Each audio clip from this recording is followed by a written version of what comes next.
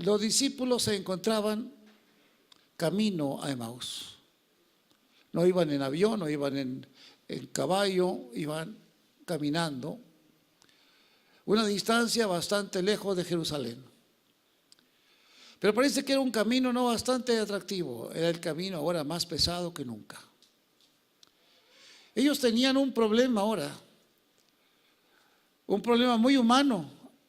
Habían visto a Jesús como el Mesías.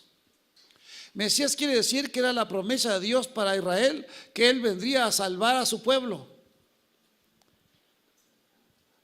Todos los discípulos, casi la mayoría que siguió a Jesús y los muchos que recibieron bendiciones de parte de Dios, creían que Jesús era el Mesías. Lo confesó Pedro, lo dijeron ellos. Cristo le dijo a Pedro: sobre esta confesión edificaré mi iglesia, porque le dijo que Él era el Mesías, que Él era el Salvador. Pero ahora, cuando la realidad está ahí, cuando el viernes se da por sentado de que Jesús muere, ¿qué pasó con todos aquellos pensamientos que habían abrigado en sus mentes? Ellos pensaban que Jesús se levantaría con armas y vencería a los romanos, les daría libertad y los haría una nación libre de todos los enemigos. Pero ahora ven a su caudillo simplemente muerto. Pasa el sábado y llega el domingo y hay que movilizarnos. Ellos habían estado hasta el viernes y ahora domingo hay que regresar a casa. Ya no hay a quién seguir. Están frustrados, están tristes. Vamos a poner el versículo 17, ustedes que están en la cabina, para ver si nos dice algo de esa situación de estos dos discípulos. Uno de ellos se llamaba Cleofas. Dice Jesús, y les dijo: ¿qué pláticas son estas que tenéis entre vosotros mientras camináis? ¿Y por qué? ¿Cómo estaban ellos? Y estaban tristes. ¿Quién lo está diciendo? Jesús. No dijo, no se parece que está triste. No, dice, y estáis tristes. Les pegó en la llaga. Ellos estaban turbados y no sabían qué estaba pasando. Simplemente estaban mirando una tragedia delante de ellos. Y se regresan ahora a su casa, como diciendo: qué cosas tan tremendas han pasado. Nuestros sueños se han acabado. Jesús, el Mesías, ya no está. Todo se ha terminado. ¿Y saben qué veo yo aquí? Que la muerte de Jesús trajo consecuencias favorables y desfavorables. La Biblia nos habla de los discípulos que siguieron a Jesús, pero nos habla de uno de ellos que casi no mencionamos, que se llamaba Judas. Judas, que era del pueblo de Escaria, y le decían Escariote. Este Judas parece que no nos gusta casi ni mencionarlo, porque puede ser un diablo al final. Así lo detecta el Señor, dice que...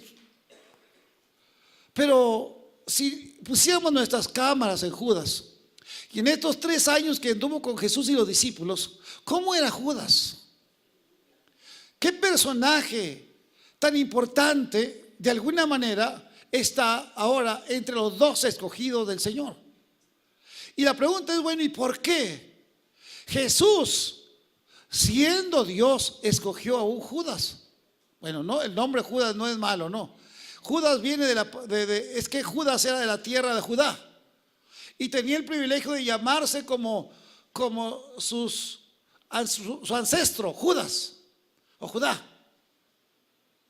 Y entonces ya no quieren poner las mamás Judas a los niños, ¿verdad? Que no haya Judas, ¿por qué? El nombre parece que ya nos da algo. Pero Judá es un nombre maravilloso que significa alabanza. Pero este Judas está entre los discípulos. Es importante. Y es tan importante que aún le delegan el poder del dinero. ¿Cómo ve? Lo eligen y le dan el lugar del tesoro. esto lo hacía responsable de comprar cosas, de enviar a otros a comprar. Esto lo hacía responsable de él manejar las cosas. Era como el manejador de Cristo. Él se encargaba del dinero.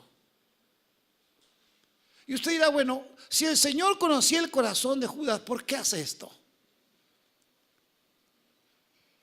Y seguro tenemos que pensarlo. ¿Por qué? Yo veo muchas razones, pero una de ellas es que el Señor es amor. Siempre el Señor espera en nosotros que respondamos a lo que Él está mostrándonos. Dios tiene paciencia. Y es la razón que hay muchos como Judas todavía en algún lugar. Son parte de la iglesia, sin ofender a los presentes, pero están ahí y que están ahí por la misericordia y gracia de ¿quién? Sí, a pesar de corazones duros que tienen, Dios los tolera. Por eso yo creo en una iglesia que es tolerante, porque Cristo era muy tolerante. Aguantar a Judas sabiendo quién era y todavía darle el privilegio mejor de todos. Dios me ayude de los Judas. Dale el tesoro a los Judas aquí en la iglesia. Es como darle el poder de la iglesia. Si yo digo, yo quiero comprar ese aparatito, no hay dinero. Yo quiero pintar, no hay dinero. Yo quiero tener una cena, no hay dinero. Oye, pues con esos Judas, para que uno al diablo, ¿verdad? Entonces, uno no quiere de esa clase de gente. Pero el Señor, ¿qué? Soportó a un hombre. Pero fíjense nada más. Usted dirá, Judas era verdaderamente feo. No era feo. No sé qué tan bien parecido era físicamente. Pero ninguno de los discípulos pudo detectar que era malo. Se comportó a la altura, era muy hipócrita. O tenía algo, aunque al Señor no lo engañó. Pero al resto de los 11 nunca olieron verdaderamente quién era Judas. Y cuando Cristo, de la cena que ahorita festejamos trajimos a memoria, el Señor dijo, uno de los que está aquí me va a entregar. ¿Y qué dicen ellos? No todos los de ojo, ahí estás, ya te habías tardado. No, ¿seré yo? Todos dijeron, ¿seré yo? O sea, que nadie pensó en quién.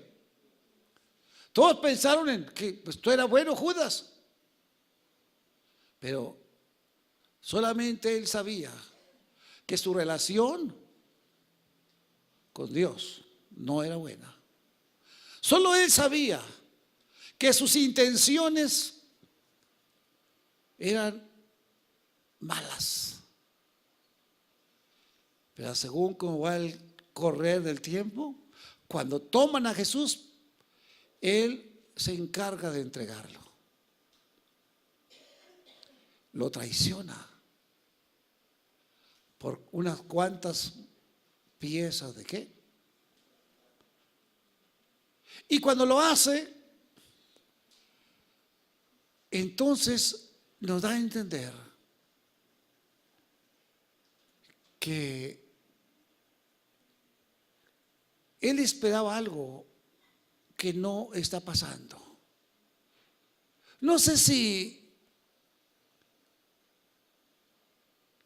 él dice, y yo pensaba que al entregar a Jesús, él se levantaría y mataría a los demás y nos daría la libertad. No sé. Pero empieza a frustrarse. No sé si era un enemigo acérrimo adentro de sí, de los extranjeros. Y ahora no haya qué hacer con lo que está pasando. Entonces va con sus amigos, con los que se había confabulado, y les avienta el dinero, como diciéndoles: he fallado. Pero eso me hace pensar en un sentimiento que podría propiciar el mismo sentimiento de Pedro. Pedro falló, negó a Jesús, pero él podía haber hecho lo que Pedro, llorado y arrepentido delante de Dios. Pero él, en lugar de ir a la gente de Jesús, él fue, como ya mencioné, aquellos que habían hecho negocio con él. Y luego, de ahí se fue a un árbol, me imagino, y se ahorcó. Ese es lo trágico. La muerte de Jesús contrasta, saca a relucir las malas intenciones. Por eso dijo el Señor: el que cree en mí tiene vida eterna, mas el que no cree ya es que condenado. El que cree en mí ya pasó de muerte a vida, pero el que no cree ya es condenado, por cuanto no ha creído en el unigénito Hijo de Dios. Es verdaderamente pensamientos que están en el aire, que yo no sé de qué platicaban estos dos hombres, pero seguro podían decir: ¿qué pasaría con Judas? Dicen que se ahorcó. ¿Qué situación? Pero una cosa sé, que estos señores tenían un dolor natural, y que era una pregunta, un interrogante hacia el cielo. Otras mujeres dicen que hoy, temprano, fueron al sepulcro y que ya no estaba ahí. ¿Será cierto? ¿Lo robarían? Pero alguien dice: no, vieron visión de ángeles. Todo se complica, pero lo cierto es que van tristes. Yo creo que no lo sabemos todo, que de alguna manera Emaús representa un lugar con el cual nosotros podemos identificarnos. Hay días cuando nuestro ánimo decae, cuando no venimos corriendo a la iglesia, ni vamos corriendo a leer la Biblia, cuando no estamos listos para orar, cuando sentimos que nuestros pies no responden con agilidad a las cosas de Dios. Y entonces yo pienso que la subida a Emaús se hace más pesada que nunca, y que ya no sentimos las ganas de cantar cantos y alabanzas. Ustedes no sé si han visto hermanos que vienen y luego dejan de llegar, y que por alguna razón parece que ya no están en las mismas. Ese mismo gozo, esa alegría, esa euforia que un día tenían, ahora seguro van de subida, de cansancio, con preguntas, con turbación. Pero qué importante es saber que en medio de nuestras turbaciones el Señor se hace presente. Por eso es muy importante que cuando tenemos problemas de cualquier índole, nos demos cuenta que nuestro Señor aparecerá de algún lugar, aunque no sea reconocido. Hay gente que dice: es que me siento solo. Pero después que pasan el problema, se dan cuenta: ¿y cómo pasó esto? Yo no pensaba que se iba a solucionar el asunto. ¿Cómo sucedió esto otro? ¿Quién nos cuidó? ¿Quién nos libró? Y luego, es que fue Dios. Tuvo que ser Dios. Esta vez que fuimos a la sierra, como siempre vamos, iba un grupo con nosotros y batallamos pasar, cruzar, porque ellos Muchas veces la gente que no viene a México creen que México está abierto así de par en par y que puede uno traer todo. Ellos están haciendo pozos de agua para comunidades en la sierra donde no hay agua. Y tienen maquinaria ya, tienen las, no sé cómo se llaman, las perforadoras, muy especiales. Perforan la peña y todo, son tremendas. Pero traían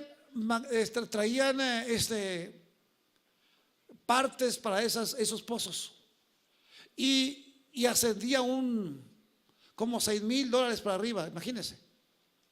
Cuando sabemos que aquí en la pasada pues son como unos $1,000, si usted quiere pasar algo así por lo bajito. Y ellos ahí nomás nos dejan todo, ahí está, ¿cómo le hacemos? Y como yo tengo la experiencia que nos han quitado muebles, al hermano Singar le quitaron una camioneta y a mí pues no me la quitaron porque la compré otra vez. Pero dice uno, ¿y cómo le hago? Estoy poniendo en peligro los muebles, estoy poniendo en peligro multas y todo, pero ellos no entienden ese idioma. Acudí con Tony como el único refugio y me prestó su troca y ahí hicimos todo lo que pudimos y hermanos pasamos y no hubo problema, milagrosamente. Gloria a Dios, pero pasamos tarde. Para cuando sacan los permisos en migración y que agarramos el camino para Río Chico, hermano, ya el sol ha declinado. Y así cuando ya vamos llegando casi, ya vamos en Las Varas, que es un lugar donde ya empieza la serranía, hay un llano ahí como a las 10 de la noche, 11. Va Pipo, hermanos, adelante haciendo guía porque yo me quedé aquí todavía arreglando cositas y Pipo va pues apurado como a 70 millas por hora, hermanos, en la noche, y esos terrenos siempre hay ganado, Usted sabe qué es ganado, vacas, caballos. Y siempre les he dicho, váyanse calmaditos, pero pues muchas veces uno piensa que nunca va a haber vacas en el camino, que nunca va a haber problemas. Es que Pipo le dio a 70 y todos detrás de él, no sé. Y hermanos, no sé en qué arte dicen que una vaca negra se paró enfrente y los americanos nunca se dieron cuenta que había vacas. Hasta que la vaca se metió a la vega juntamente con ellos, no sé. La golpearon, pero totalmente así, no sé. Un golpe, y yo vi a ver si habían intentado enfrenar algo, una mancha en el pavimento, nada, no sé. Fue un golpe con toda la intención de matarse. Dios los cuidó. No sé si se reventaron las bolsas que van ahí a los lados, que son peligrosas. Aquí que llegó y me dio me platicó una historia de su hija, que por ahí había habido un choque y que dice que iba el papá con el niño en los brazos y que chocaron y que se enojó el señor, se bajó y que andaba por allá y que le dio el niño a la esposa y que el rato de la esposa así, que vieron que ya no traía cabeza el niño, se le había quitado la bolsa. Pero en este caso no hubo cabezas quitadas. Todo bien, menos el mueble. Mi pregunta es, ¿quién cuidó a quién? ¿Quién intervino a pesar de la poca pericia de nosotros? ¿Quién tiene misericordia de nosotros? No sé cuántos han leído cuando los apóstoles caminan, o los discípulos, porque no eran apóstoles, en el mar, y que el mar se embravece, y que creen que van a morir, y que en medio de la tempestad, de la oscuridad, del viento, ven a Jesús. Y no creen que es Jesús, creen que es un espíritu. Y esa vez fue la única vez que Pedro camina sobre el agua. Dios siempre aparece. Cuando sus hijos sufren y tienen problemas, están tristes, yo quiero decirles que es la oportunidad para que Dios se manifieste. Él vendrá, seguro vendrá. Él no fallará. El versículo 29 que leyó nuestro hermano Raúl dice de la manera siguiente: que ya cuando llegan a la aldea de Maús, dice que los discípulos, más ellos, ¿qué? Dijeron a Jesús, le obligaron. Ay, ay, ay, cómo me gusta esa parte. Le obligaron. Si supiéramos dónde está Jesús. Pero ellos no sabían quién era ese forastero que les había consolado y exhortado en el camino de las dificultades, en el camino de la tristeza. Hay un cuadro famoso que se llama Las Huellas, donde se ven solamente las huellas de un personaje. Se dice que un individuo cristiano, cuando va al cielo, le dice al Señor: ¿dónde estabas cuando yo tenía problemas? Mírame solo, ve las huellas. Y que el Señor le dijo: esas huellas no son tus huellas, son mis huellas, porque yo te cargaba en ese terreno. Ahora, alguien que ha cargado con estos discípulos, ellos no saben quién era, pero era quién. El que dijo: no los dejaré solos, estaré con ustedes hasta el fin. Y ahora ellos sienten que aquel forastero debe quedar en casa. Lo obligan. ¿Qué es obligar? Es tomarle a la fuerza. Yo quisiera en mi vida de ser humano, no sé, ver a alguien en la tierra obligarle a Jesús a entrar a su corazón, clamarle. En los avivamientos que ha tenido esta tierra en Sudamérica, se ha hablado de cómo la gente sale pidiéndole a Dios, suplicándole a Dios que entre a sus vidas. Me gusta mucho eso. Obligaron a Jesús ¿a qué? A quedarse, diciendo que quédate. ¿Con quién? Con nosotros. Qué maravilloso es esto, cuando puedes invitar al Creador de la tierra y del cielo y pedirle: quédate conmigo. Dice: quédate con nosotros. ¿Por qué? Se hace tarde. ¿Saben que nuestra vida está llena de atardeceres, momentos duros y difíciles? Si Jesús, la noche es terrible. Con Jesús todo cambia. Quédate con nosotros porque se hace tarde y el día ya ha declinado. Y me gusta lo último. ¿Y qué pasó? Entró pues a quedarse con ellos. Esto es maravilloso. El que había quebrantado la muerte, ahora estaba listo para entrar a posar con aquellos discípulos tristes y confundidos. Y la historia sigue, pero no quise que Raúl leyera tanto porque se cansaría y se confundirían ustedes. Lo que quería yo apuntar es que es importante obligar a Jesús a venir a nuestros corazones y diciéndole de toda nuestra alma: quédate con nosotros. En este día, un día como hoy, hace 2000 años, que el Señor Jesús pasó por Emaús. Pero justamente un día como hoy, los discípulos entendieron que no podrían dejar que aquel hombre se fuera de ellos y le obligaron a entrar a su casa. Yo no sé si en esta tarde usted tiene su casa, pero es su casa.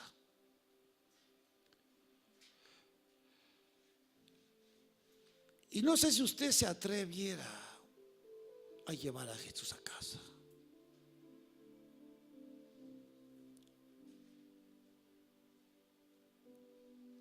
Muchas personas bueno, no sé cuántas, si son muchas o pocas, pero en ocasiones me sueltan sus sentimientos. Me dicen: pastor, quisiera que me visitaras a mi casa. Pero luego reflexionan y me dicen: no. Y yo le digo: ¿pero por qué? Es que, pastor, déjeme darle una arregladita. No se la voy a comprar, hermana. No, pero es que quiero que... No sé, usted debe de pensar a qué se refiere.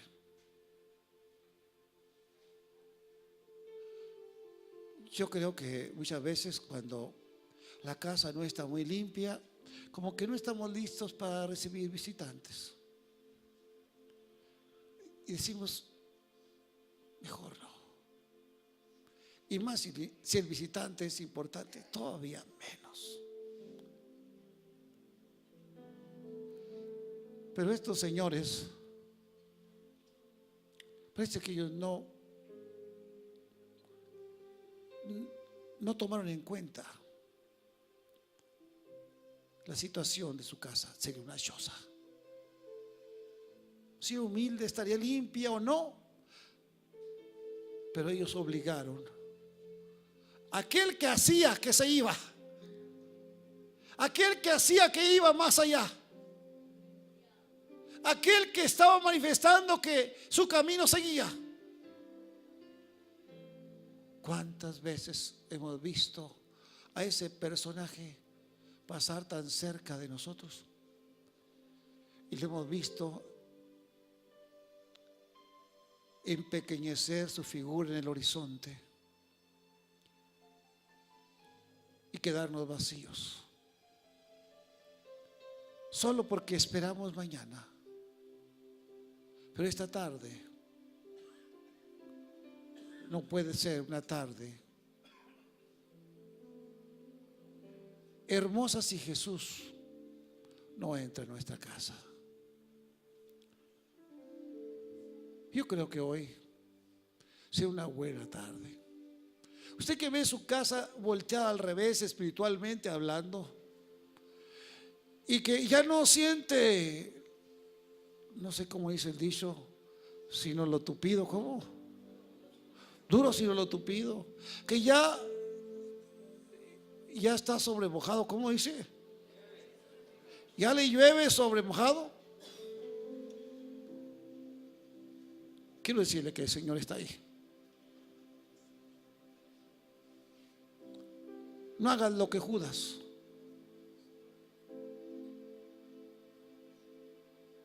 Que se alejó cada vez más y más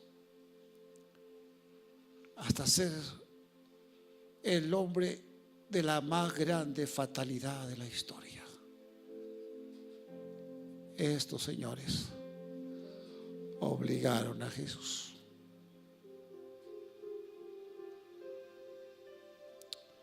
Hacía muchos años que fui con un amigo a la sierra de Chihuahua, tan bonita sierra, no sé. Conocí una parte que no conocía, donde había muchas cuevas que utilizaron algunos, no sé, serían los aztecas que iban rumbo a la tierra prometida. Pero al ver dónde vivían, en esas encrucijadas por donde sus caminos eran difíciles entre la peña, como que encontré que ellos buscaban lugares tan difíciles de acceso que aún las fieras no pudieran llegar. Me pregunté cómo serían ellos. David dice que sus valientes eran como con cara de leones.